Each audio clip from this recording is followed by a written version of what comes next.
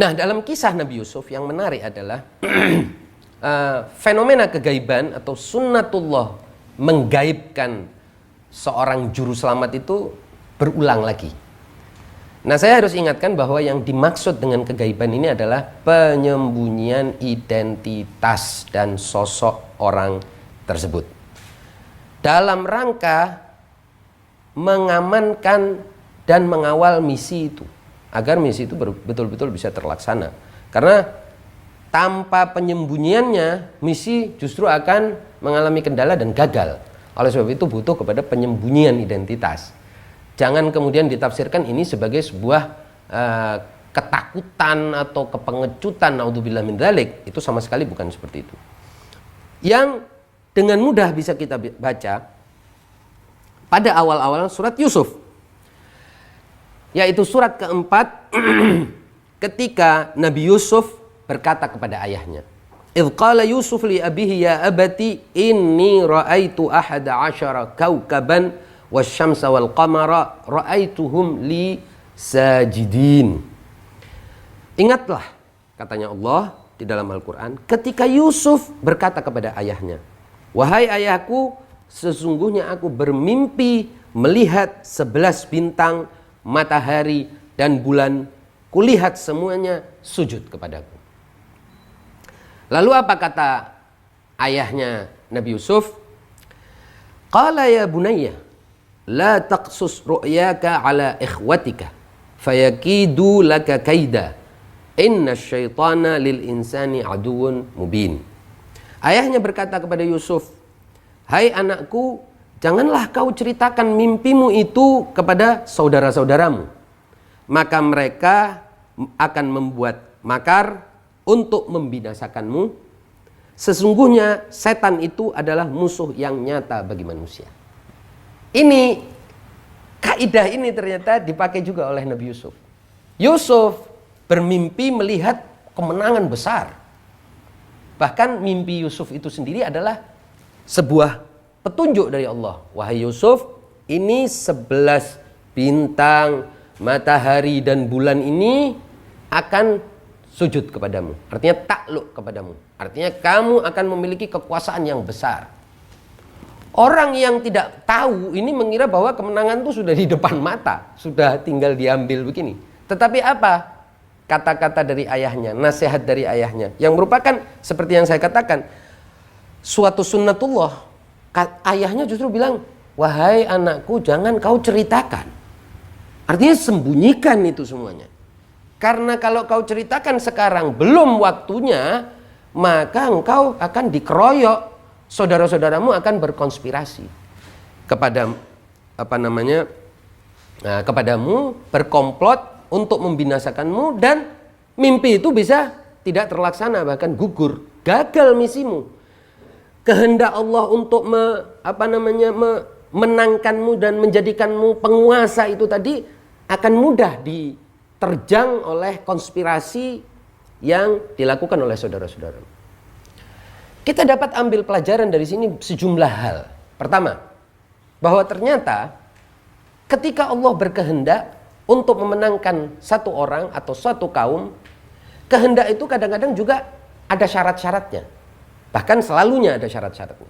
Di sini syarat dari pelaksanaan kehendak itu tadi, realisasi kehendak ilahi itu tadi, atau rencana ilahi itu tadi, menuntut Yusuf untuk menyembunyikan kehendak Allah atau petunjuk yang berisi kehendak Allah itu dari siapapun, bahkan dari saudara-saudaranya. Ini yang pertama.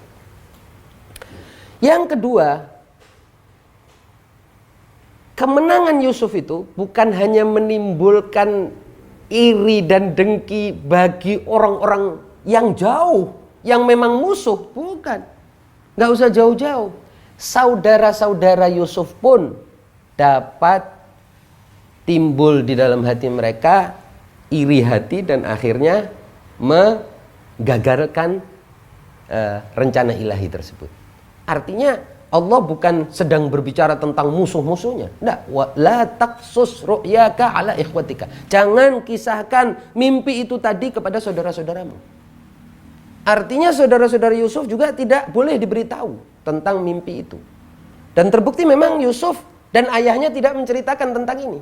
Meskipun kedengkian dari saudara-saudaranya timbul dari persoalan lain, yaitu sayang dan cinta ayahnya, yaitu Yakub, kepada Yusuf. Bukan karena dia menceritakan kisah itu atau mimpi itu kepada saudara-saudaranya.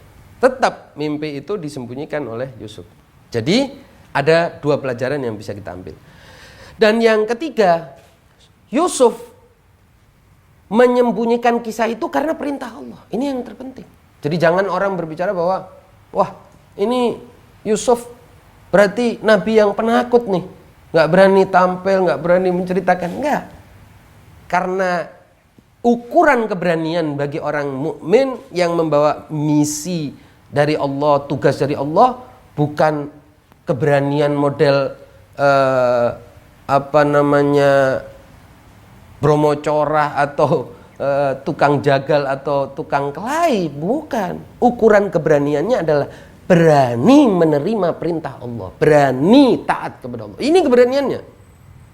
Keberanian bagi orang mukmin itu adalah ketaatan, sama dengan ketaatan kepada Allah. Bukan keberanian dalam karangan dia. Berani artinya kalau ada orang bersikap gini, saya juga harus bersikap gini. Ini berani hewani. Keberanian hewani. Keberanian para nabi, para imam, itu keberanian yang sifat dasarnya adalah ketaatan pada Allah. Kalau Allah menyuruh apapun yang mungkin dalam pandangan publik itu adalah ketakutan, tidak masalah. Yang penting kamu berani melaksanakannya. Oleh sebab itu di dalam Al-Quran juga disebutkan la yakhafuna fillah. Menarik sekali untuk kita sedikit karena ini ada komentar-komentar soal kok kenapa tidak berani dan lain sebagainya. Coba kita lihat ayat ini. Dalam ayat ke-54 surat Al-Maidah, ini Allah menjelaskan tentang apa makna keberanian. Ini menarik. Ya ayyuhalladzina amanu may yartadda minkum an dinihi fasawfa ya'tillahu biqaumin yuhibbuhum wa yuhibbunah azillatin 'alal mu'minin a'izzatin 'alal kafirin yujahiduna fi sabilillahi wala yakhafuna laumata laim. Hai orang-orang yang beriman, barang siapa di antara kamu yang murtad dari agamanya, maka kelak Allah akan mendatangkan suatu kaum yang Allah mencintai mereka dan mereka pun mencintai Allah, yang bersikap lemah lembut terhadap orang-orang mukmin, yang bersikap keras terhadap orang-orang kafir, yang berjihad di jalan Allah, dan yang garis bawah ya, tidak takut kepada celaan orang-orang yang mencela. Jadi tidak takutnya itu bukan tidak takut seperti orang yang berani anak-anak kecil atau hewan yang diganggu sedikit menggonggong, bukan. Tidak takut terhadap celaan orang. Artinya memang keberaniannya itu tegak lurus pada perintah Allah Subhanahu wa taala. Allah perintahkan apa? Saya jalanin. Loh, tapi kamu kelihatan seperti orang pengecut kalau gitu. Oh, enggak masalah. Ukuran saya bukan, bos saya bukan kamu. Ya kan?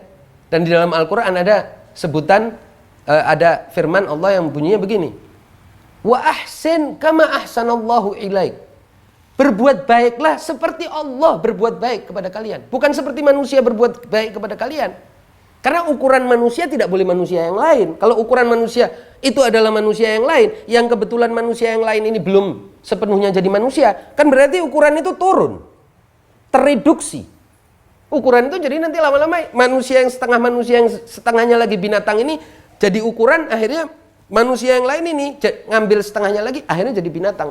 Maka proses manusia bukan menyempurna tapi merosot ke bawah. Maka ukuran manusia harusnya Allah Subhanahu wa taala. Bahkan dalam nilai keberaniannya. Keberaniannya harus menempel, dempet, berhimpitan secara terus-menerus, berkorelasi positif dengan ketaatan kepada Allah. Ini yang ingin saya garis bawahi. Nah, kembali kepada surat Yusuf tadi, bahwa di dalam surat itu Nabi Yakub menyatakan kepada Yusuf, putranya yang seorang nabi, jangan engkau sampaikan mimpimu ini kepada saudara-saudara. Bayangkan, kepada saudara-saudaranya saja tidak boleh, apalagi kepada musuh-musuhnya. Dan tidak peduli Apa tanggapan orang nanti apa? Enggak. Ini perintah Allah. Engkau adalah pesuruh Allah, engkau adalah utusan Allah, engkau petugas Allah. Engkau jalanin apa yang Allah titipkan kepadamu, apa yang Allah suruh kepadamu. Karena rencana Allah jauh lebih hebat daripada rencana siapapun di muka bumi ini. Rencana Allah itu jauh lebih bijaksana. Allah yang maha bijaksana, maha mengetahui, maha kuasa ini punya rencana-rencana yang indah, jauh lebih indah, lebih cantik daripada rencana musuh-musuh yang ingin menggugurkan atau menggagalkan rencana tersebut. Oke.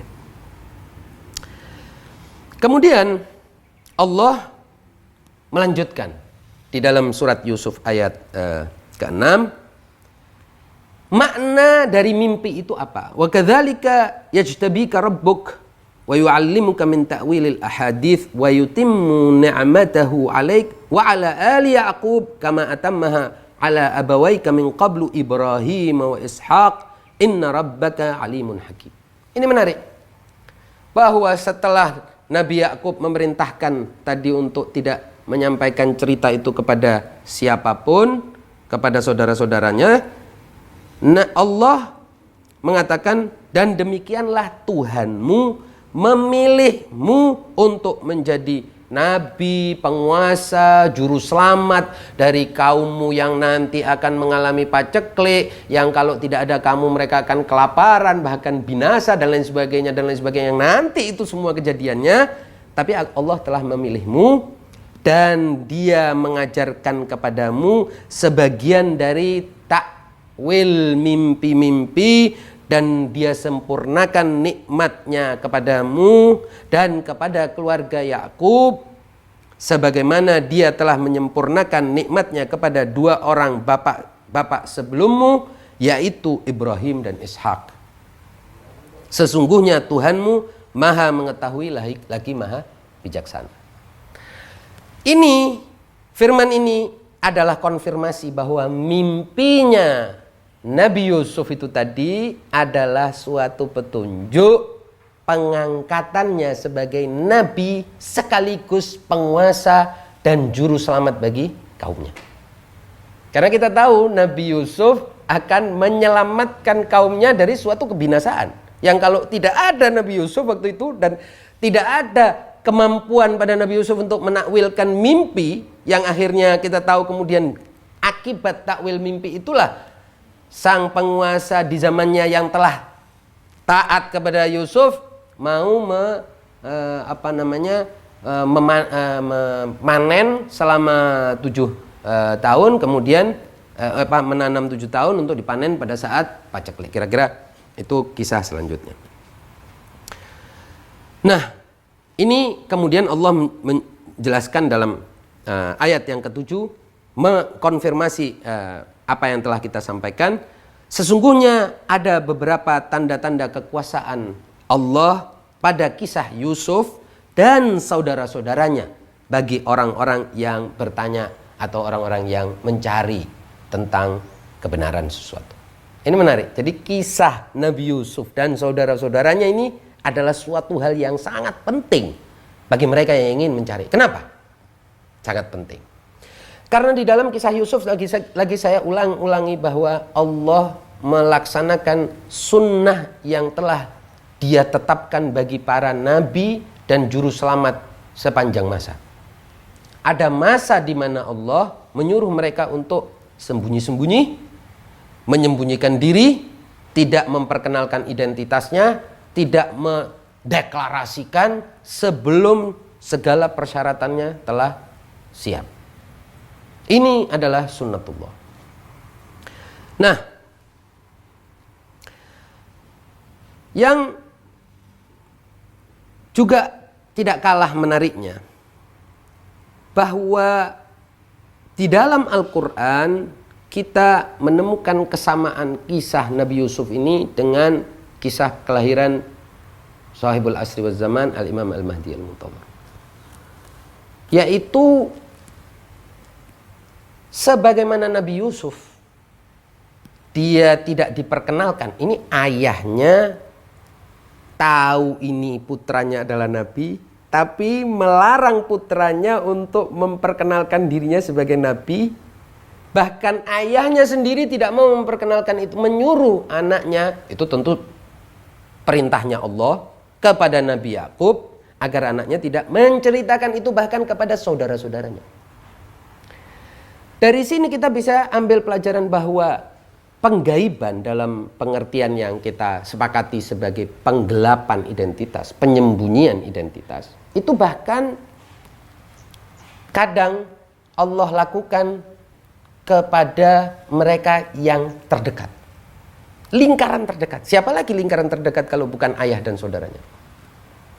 Kita tahu dari peristiwa Nabi Yusuf, kisah Nabi Yusuf adalah kemudian setelah mulai beranjak dewasa dan Nabi Yakub memperlihatkan sikap yang khusus kepada putra yang memiliki kenabian ini tadi, maka saudara-saudaranya tadi bersekongkol untuk melenyapkannya.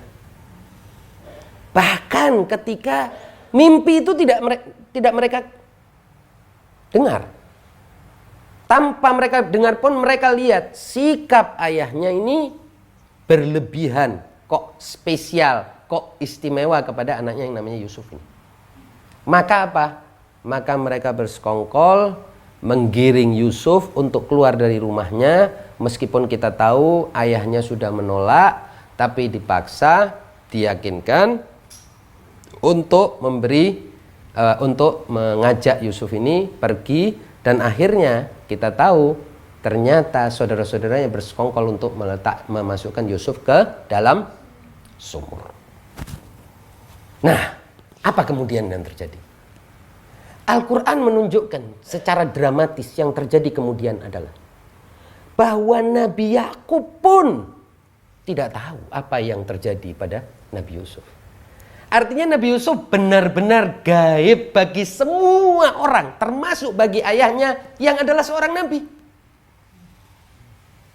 Tidak tahu apa yang terjadi pada Yusuf. Akibat ketidaktahuan itu tadi, yang sebenarnya terjemahan dalam bahasa Al-Quran itu juga artinya ghaibah, artinya kegaiban. Nabi Yakub menangis sedemikian rupa sampai matanya buta. Ibyaddat ainahu wa huwa kadhim. Di dalam Al-Quran disebutkan cerita yang kemudian terjadi dan nanti sampai kepada kalimat ibyaddat ainahu wa huwa kadhim. Mata Nabi Yakub, ini Nabi loh. Mata Nabi Yakub sampai memutih, buta, tidak bisa melihat. Kurang lebih mengapa disebut memutih ini tadi? Artinya sama sekali dia tidak bisa melihat. Akibat banyaknya dia menangis. Sementara Allah bilang bahwa dan sesungguhnya dia itu kadhim. Kadhim itu artinya apa? Sabar. Meskipun dia sudah menangis seperti itu dan nyaris buta, dia itu sudah bersabar sebetulnya. Bayangkan bagaimana dia tidak bersabar. Putranya yang dia tahu adalah nanti ini adalah pembawa risalah, juru selamat bagi kaumnya, dan telah mendapatkan tanda-tanda kenabian sejak usia sangat dini, merupa sebuah mimpi, kemudian hilang, mengalami kegaiban, tidak ada yang tahu dia di mana, tidak ada yang tahu apa nasib yang terjadi padanya, dan semua ini adalah ujian bagi Yakub sebagai nabi, ujian bagi saudara-saudaranya, karena dialah yang juga, mereka inilah yang bersekongkol untuk menghilangkannya, dan juga ujian bagi Nabi Yusuf. Apakah dia tetap dalam komitmennya dan mereka semua tetap dalam komitmennya atau tidak?